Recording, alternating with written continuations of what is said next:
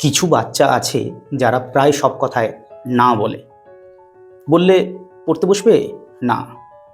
Phone রাখবে? না। এখনই আসবে? ইচ্ছে করে দেরি।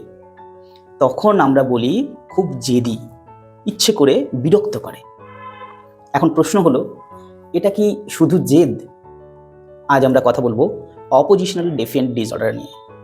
আমি শান্তনু মণ্ডল, একজন ক্লিনিক্যাল সাইকোলজিস্ট। প্রতিদিন আমি মানুষের অ্যাংজাইটি, ওভারথিঙ্কিং, রিলেশনশিপ স্ট্রাগল ইত্যাদি নিয়ে কাজ করি। এই মাইন্ড ম্যাটার সিরিজে আমি খুব সহজ ভাষায় সাইকোলজি বোঝাবো, যাতে নিজের মনকে একটু ভালোভাবে আমরা সবাই চিনে নিতে পারি।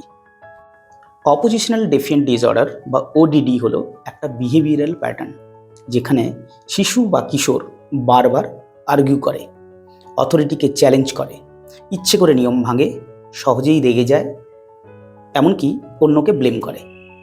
দেখুন, মাঝে মাঝে জেদ করা কিন্তু নর্মাল, কিন্তু যদি এটা 6 মাস বা তার বেশি সময় ধরে কনসিস্টেন্ট প্যাটার্ন হয়, তাহলে অ্যাসেসমেন্টের দরকার আছে। নর্মাল অ্যাঙ্গার সিচুয়েশন বেসড, কিন্তু ওডিডি অ্যাঙ্গার বেশি পারসিস্টেন্ট থাকে। It is not just bad mood, it becomes a pattern.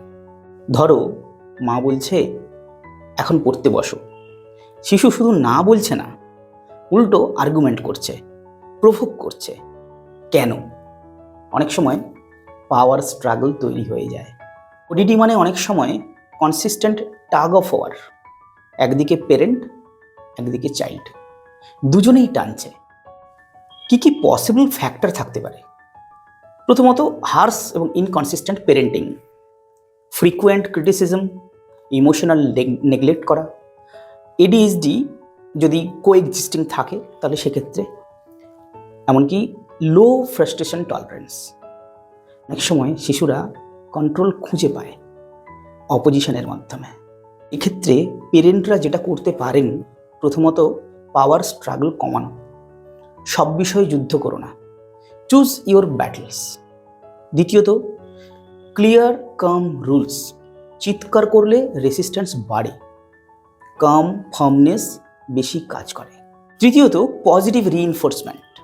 শুধু ভুল ধরলে হবে না, ভালো আচরণ নোটিস করতে হবে। ওডিডি ডায়াগনোসিস করার আগেই প্রপার ক্লিনিক অ্যাসেসমেন্ট দরকার। সেলফ ডায়াগনোসিস একদম করবেন না। সবশেষে এটা বলতে পারি, সব না বলার পেছনে কিন্তু অবাধ্যতা থাকে না। আপনি যদি পেরেন্ট বা টিচার হন, এই ভিডিওটা সেভ করে নিন। Understanding resistance is more powerful than reacting to it. Mind matter series follow করতে সাবস্ক্রাইব করে রাখুন। আগামী পর্বে আমরা কথা বলবো চাইল্ডহুড ট্রমা কিভাবে বড় হয়ে রিলেশনশিপে প্রভাব ফেলে।